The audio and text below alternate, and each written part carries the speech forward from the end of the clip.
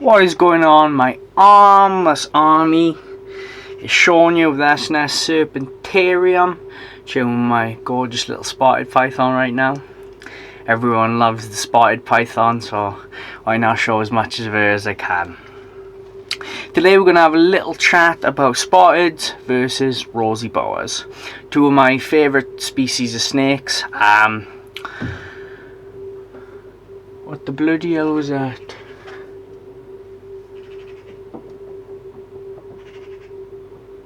There's a cat walking on the roof. Sorry about that, guys. But yeah, two of my favourite species of snakes. Two of some of my favourite species anyway, that's for sure. But anyway, thank you for tuning in today, guys. I really appreciate you spending some time with me here to see my snakes, have a little chat in the comment section and stuff as well. Really appreciate the big up to you. If you're new around here, guys, make sure you subscribe and smash the notifications bell. Daily snake content, you can't be missing that. Really friendly community down below as well, and I will always answer questions or any queries you've got and do my best to help you out. So let's get straight into it then, guys. Spotted pythons. So spotted pythons, they are in the Anthrisia group of snakes, containing the children's python, spotted python, and the Stinsons and pygmy python.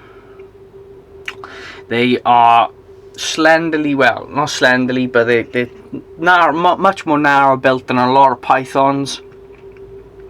They've got these tiny little heads, well, not relative to their size, but just in general. And they are active constrictors. They get around 3 to 5 feet.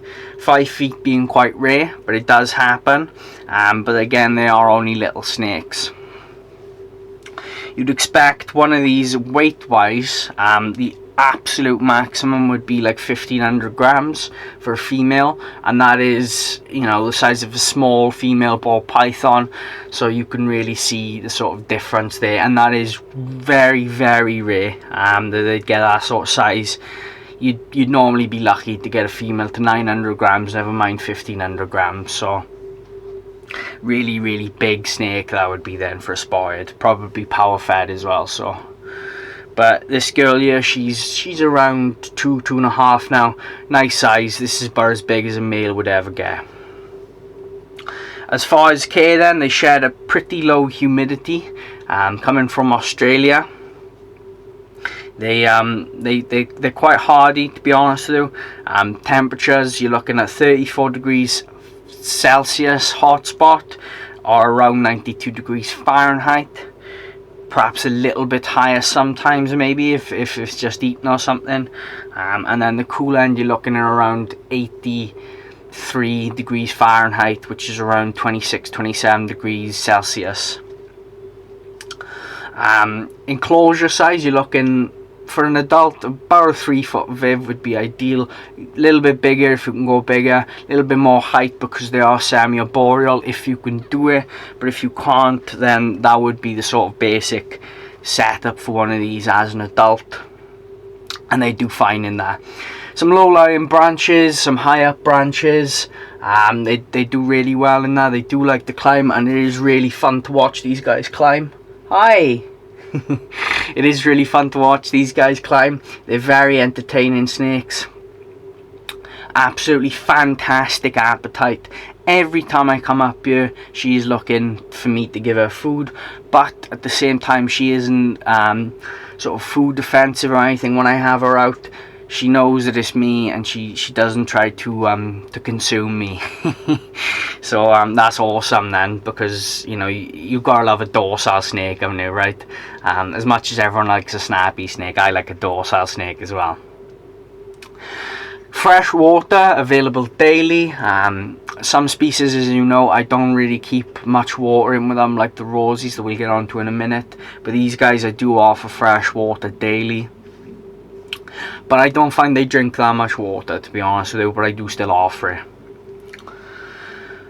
Temperament, they can be snappy sometimes, and they can be quite food aggressive, but generally they are extremely docile. They've got heat pits at the front there. They've got these lovely polished scales that feel really different to the touch. Unless you've held one of these, you don't know really what I'm on about, because it's quite unique. And then they've got that sort of anaconda look there with the spots on the back for these spotted pythons. And it's worth knowing as well, the spotted pythons don't fade out in colour, where the Stinsons and Children's actually can fade out a little bit in colour. So that's why I opted for the spotted. There are some morphs available for the spotted, like granites and albinos and stuff like that, and the Stinsons and you know, so on. There's morphs available for them, but they're not really available in the UK. You can get a granite in the UK for about £350. They are very nice looking snakes, but personally you can't really beat that, can you? You know what I mean? That's cool enough on its own, so why bother? Yeah, so as far as what are you doing? As far as their method of eating, they're constrictors, as you probably know. Going back to that, they put a really good show on when they're eating their food, and it's very entertaining to watch. Overall, I'd give them a 10 out of 10, to be honest. Though I really would give them a 10 out of 10, for me at least, or even, you know, perhaps a 9.5 out of 10, and because I probably am a bit biased as far as their rating. As far as keeping them as pets, they're awesome snakes.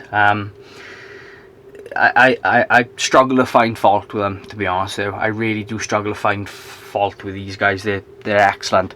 So I'll put this girl away now, and I'll get us a rosy boa out, and we'll have a little talk about that and what I give that as a rating. Right, so I got my little rosy boy out now. He's gorgeous. Look at him. He's an adult, believe it or not. This is about as big as they get. And it's not a big snake at all, is it? Right? For boys anyway, this is about as big as they get. You're looking at about 2 feet or so, give or take, you know, a couple of inches. All right, but you know, it's not a big snake. Nothing that you know, most people can't handle it by any means.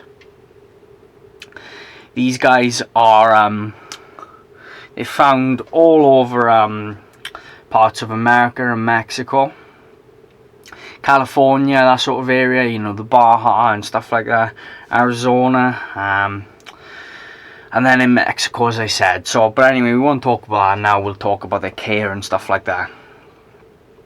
So these guys range between 2 and 4 feet. 4 feet for a female would be massive as well. Females do get bigger than males. They come in a wide variety of localities. You've got the Mexican, which is sort of like this colour, but I don't know which locality this boy actually is. It's all like this colour, where it's got like cream sort of scales with like black stripes going down there. You've got a mid Baja, which is like pebble dash sort of colour with the orange stripes. Coastals, which look very similar to the mid Baja, but they've got a slightly different pattern with the stripes. And then you've got morphs of each then. And obviously as well, with those 3 general categories, you've got different localities within those. So you've got like you know, certain mountain species and stuff like that. Well, not mountain species, mountain localities even. So they're really, really cool pets if you like your locality stuff, and you can get them in a range of colours as well as morphs, so that's pretty awesome. Heating wise, you're looking at about 86 to 88 on the hot spot. As an adult, you don't need to feed them that often. Every 2 weeks would be adequate. Babies, you're looking at every 5 to 7 days. They've got quite slow metabolisms, especially as adults, but when they're babies they grow quite quickly, so you don't need to worry as much about them getting fat. They shed a nominal humidity. I don't even offer these a water bowl because I don't want to bring the humidity up too much and end up with them having respiratory infections. But what I'll do is I'll offer a water bowl when they're not eating and when they're brumating and stuff like that. Sorry, cool end as well, guys. Forgot to mention that. Cool end, you're looking at 75 to 80 degrees. These do like it quite cold. If you keep them too warm, they get really restless around the tank. They're darting back and forth, and you can see that they're not happy with the situation. That's what I found a lot when I was first keeping them. I was going off the K guides online, which I personally think are a little bit too warm for these. Some of them, at least, some of them are, you know, a little bit lower, but some of them are a little bit off for my liking. So yeah, as far as keeping them as pets, they're really handleable. Mostly they can sometimes be a little bit food, you know, orientated, like the spotted as well, but that's mostly when they're young. When they're older, they grow out of it. Even if you don't work with them that much, they grow out of it. And you don't really have too many issues. You keep these in a similar sized tank as the spotteds, but you don't need to worry about height as much. These will climb, but they're not avid climbers. Even though they do live on like rock faces and stuff in nature, they do get quite lazy as adults.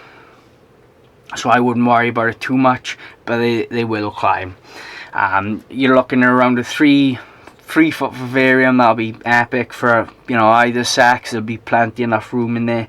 Bigger if you can offer, obviously, but they won't need something like a 6-foot enclosure like a lot of boa constrictor boas. Even these are one of the smallest boids about. Unlike the spotted, these give birth to live young. The spotted obviously have eggs. Spotted have heat pits. These guys actually don't have heat pits. They've got smooth scales, very different to the spotted. It's a bit like touching silk. The spotted's really nice to the touch as well, I gotta say, mind. But these are very different snakes. Overall, I'd give these a 9 out of 10. The only reason they don't get a 10 out of 10 is when you're handling them, it's not quite as good as handling a spotted, for me at least. I'd rather handle a spotted over a rosy boa, but the K and stuff like that is probably easier for a rosy boa than what it is for a spotted, and that is saying something, because the spotted K is very straightforward. But these are probably easier again because you don't have to worry about water so much, and you don't have to worry about feeding them that often either. But overall, guys, if you wanted either of these as a pet, I'd say definitely go for it. They're fantastic. I'd never be without either spotteds or rosies ever again. They're really cool. Looking to get more of them, in fact, rather than cutting down on them, right? They're really awesome little pets. So thank you for spending some time with me today, guys. I'm hoping that I didn't ramble on too much. I hope you've enjoyed seeing my little snakes. If you're new around again guys, please subscribe and smash the notifications bell if you want to see daily snake videos. Hit thumbs up if you made it this far and you enjoyed the video. Comment down below what you thought about the video. I know probably today I'm a little bit disorganized in my head, so I probably did ramble a little bit, and I'm sorry for that. Probably seemed a little bit not organized. But my head's everywhere at the moment, going 1,000 miles an hour, so I can only apologise. But thank you for watching, guys, and I will see you in the next one. Bye, Armless Army.